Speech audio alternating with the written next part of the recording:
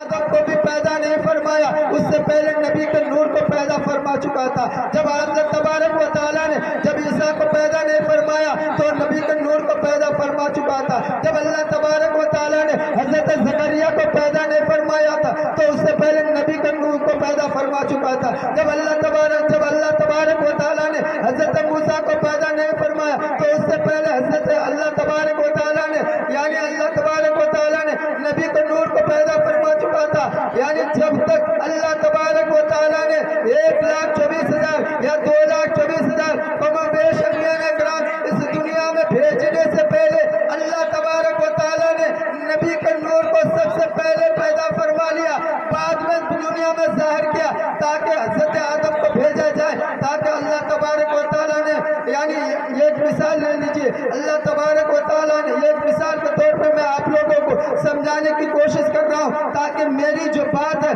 صحیح سے اچھی طریقے سے سمجھ میں آ جائے۔ جس طریقے سے ہم لوگ اسٹیج میں 4 لوگ ہیں، چاروں میں سے ایک نے پہلے پڑھا لیکن آپ لوگوں کو بھروسہ تھا، آپ لوگوں کو یقین تھا کہ ابھی ہمارے امام صاحب ضرور بیان کریں گے، یعنی آپ کو بھروسہ تھا کہ تھوڑی دیر بعد ہمارے مسجد کے امام صاحب ضرور بیان کریں گے، کچھ نہ کچھ بولیں گے ضرور۔ اگر ایک کے بعد دوسرے بھی تشریف لائے وہ بھی یہی عرض کرتے رہے کہ آخرکار میرے بعد کوئی نہ لائے، میرے بعد ہمارے مسجد کے امام صاحب ضرور تشریف لائیں گے۔ یعنی اسی طریقے سے سلسلہ بسلسلہ اللہ تبارک و تعالیٰ نے حضرت آدم کو بھیج کر یوں ارشاد فرمایا، یعنی آدم کو بھیج دیا۔ آدم کو بھیجنے کے بعد اللہ کا حکم نافذ ہو گیا، اے آدم تم رسول کی پڑھائی کرو، اے آدم رسول کی پڑھائی کرو، رسول کی تعریف کرو، یعنی رسول اللہ صلی اللہ علیہ وسلم کی تعریف بیان کرنے لگے، ان کی توصیف بیان کرنے لگے۔ پھر حضرت آدم سے لے کر حضرت عیسیٰ تک جتنے بھی نبی آئے، زکریا کو بھی حکم ہوا اے نبی کی تعریف کرنے کا، یعنی نبی کی تعریف کرتے رہے، نبی کی توصیف کرتے رہے۔ اور یوسف علیہ نبی کے علیہ السلام بھی آئے اور وہ بھی نبی کی تعریف کرتے گئے۔ گویا کہ حضرت آدم سے لے کر حضرت عیسیٰ تک جتنے بھی نبی آئے سارے نبی نے ہمارے نبی کی تعریف کرتے رہے اور سارے نبیوں نے اپنے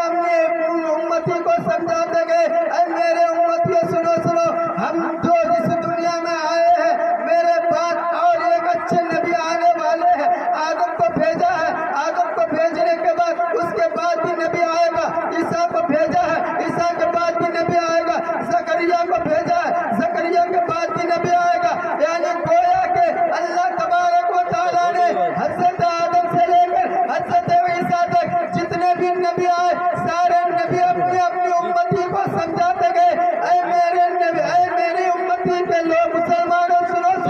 تمہیں گھبرانے کی ضرورت نہیں ہے، تمہیں مایوس ہونے کی ضرورت نہیں، کیونکہ ہم لوگ کے بعد بھی نبی آنے والے ہیں، وہ ایسے نبی ہوں گے جو ساری کائنات کے مالک بنا کر بھیجا جائے گا، وہ چاندوں کا بھی مالک بنا کر بھیجا جائے گا، وہ سورج کا بھی مالک بنا کر بھیجا جائے گا، وہ شمس و قمر کا بھی مالک بنا کر بھیجا جائے گا، وہ یعنی وہ زمین و آسمانوں کا بھی مالک بنا کر بھیجا جائے گا۔ گویا کہ اللہ تبارک و تعالیٰ ساری چیزوں کی چابی نبی کے ہاتھ میں دے دیا جائے گا۔ اللہ تبارک و تعالیٰ کا حکم ہوگا، اے میرے نبی ساری چابی تمہارے پاس ہے، گویا ولی کی چابی تمہارے پاس ہے، نبی کی چابی تمہارے پاس ہے، ولادت کی چابی تمہارے پاس ہے، جنت کی چابی تمہارے پاس ہے، دوزخ کی چابی تمہارے پاس ہے،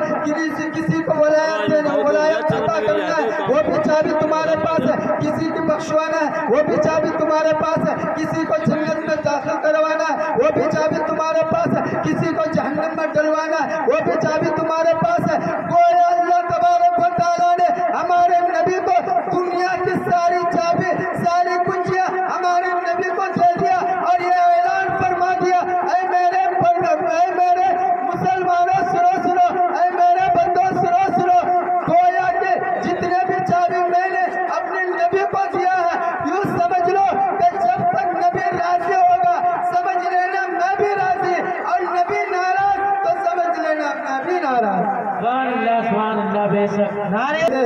نبی کے نور کو پہلے بھیجا گیا تھا، بعد میں نبی اس دنیا میں تشریف لائے۔ وجہ یہی تھا کہ جتنے بھی نبی آئے سارے نبی کی امتی طرح طرح کے ظلم و ستم کرتے رہے، طرح طرح کی برائیوں میں مبتلا ہوتے رہے۔ یعنی نوح علیہ السلام کی امتی آئے وہ بھی برائی کرتے رہے، لیکن اللہ تبارک و تعالیٰ کا عذاب ایسا آیا کہ نوح علیہ السلام کی زمین کے اندر دھس گئے۔ یوں کہ اللہ تبارک و تعالیٰ کا احسان و کرم ہے اور ہمارے نبی کا بہت بڑا رحم و کرم ہے کہ ہمارے نبی کے امتی میں ہم لوگ ہیں، اور نبی کے امتی ہونے کے ناطے ہم لوگ جتنے بھی گناہ کرتے ہیں ساری گناہ ہمارا پوشیدہ ہے۔ اگر ہم شراب بھی پیتے ہیں تو وہ بھی ہمارا پوشیدہ ہے، اگر زنا بھی کرتے ہیں وہ بھی ہمارا پوشیدہ ہے، اگر جوا بھی کھیلتے ہیں وہ بھی ہمارا گناہ پوشیدہ ہے۔ اللہ تبارک و تعالیٰ نے نبی کے صدقے سے ہمارے ہر چیز کو پوشیدہ رکھا ہے، یعنی کوئی چیز ظاہر نہیں کیا۔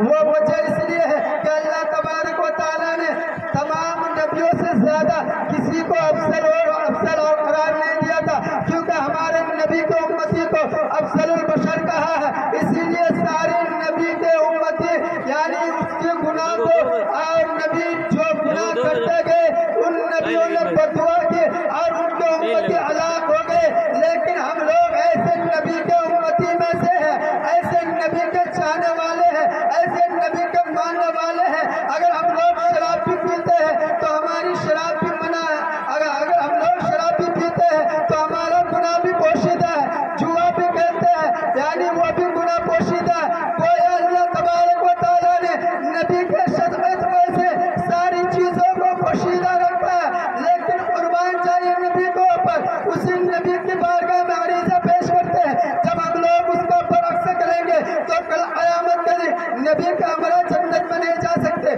کیونکہ چابی نبی کے پاس ہے، اس کی چابی نبی کے پاس ہے، جنت کی چابی نبی کے پاس ہے۔ اور سن لیجئے کہ جب جنت کی چابی نبی کے پاس ہے تو نبی کو راضی کرنے کے لیے ہمیں اور آپ کو کیا کرنا چاہیے، نبی کے حکم کے مطابق کیا کرنا چاہیے، یہ آج سبھی حضرات کو معلوم ہے، آج تمام عالم اسلام کو بھی معلوم ہے کہ نبی کو راضی کرنے کے لیے نبی کے آنکھوں کی ٹھنڈک کیا ہے، وہ ہے نبی کے آنکھوں کی ٹھنڈک نماز ہے۔ ہم تمام عالم اسلام کو چاہیے کہ نماز کی پابندی کرے تاکہ نبی کے آنکھوں کی ٹھنڈک پوشیدی رہے، تاکہ نبی خوش ہوتے رہے۔ اگر ہم لوگ ایک وقت کی نماز پڑھیں گے تو ایک وقت کی نماز ادا کرنے سے ایک وقت کی ٹھنڈک پہنچے گی، اگر دو وقت کی نماز ادا کریں گے گویا کے سلسلہ بسلسلہ اگر 5 ٹائم کی نماز ادا کریں گے تو 5 بار ہم نبی کے آنکھوں کی ٹھنڈک پہنچائیں گے۔ جب 5 بار نبی کی آنکھوں میں ٹھنڈک پہنچائیں گے تو اور اپنے ہاتھوں سے دعا کریں گے، اے پروردگار عالم ہمارے درمیان جو بھی برائیاں ہیں، جو بھی خطا ہے، اور ہمارے گھروں میں جو بھی پریشانیاں ہیں، جو بھی بیماریوں میں مبتلا ہے، اے مولا رب قدیر میں فجر کی نماز ادا کر رہا ہوں، تو اپنے حبیب کے صدقے سے ہماری ساری پریشانیوں کو دور عطا فرما۔ تو گویا اس وقت یہ نہیں دیکھا جائے گا یہ بندہ اس کے پچھلے چاہے جتنے گناہ کیا ہوگا، اس سے پچھلے چاہے 1000 گناہ کیا ہوگا، یہ نہیں دیکھا جائے گا کہ مسلمان بہت گنہگار تھا، یہ نہیں دیکھا جائے گا یہ مسلمان شراب پیتا تھا، یہ نہیں دیکھا جائے گا یہ مسلمان جوا کھیلتا تھا، بلکہ 2 رکعت نماز پڑھنے کے عوض میں اور دعا مانگنے کے عوض میں اللہ تبارک و تعالی ارشاد فرماتا ہے کہ اس کی ساری خطا کو مٹا دیتا ہوں اور نبی کے ہمراہ جنت کا پروانہ۔ سبحان اللہ بے شک۔ تو دوست آج کا پیغام یہی ہے کہ آج تمام عالم اسلام کو ایک درس دینا چاہتا ہوں، اور کئی حضرات جانتے ہیں اور یہ بھی سمجھتے ہیں، ابھی ہمارے امام صاحب، ابھی ہمارے عالم صاحب بھی عرض کیا کہ مرنا ہر کسی کے اوپر ضروری ہے، ہر جاندار چیز کو مرنا ضروری ہے، اور ہمارے مولانا نواجی صاحب نے بھی عرض کیا کہ ایک نہ ایک دن اس روئے زمین سے رخصت ہونا ہے، لیکن قبل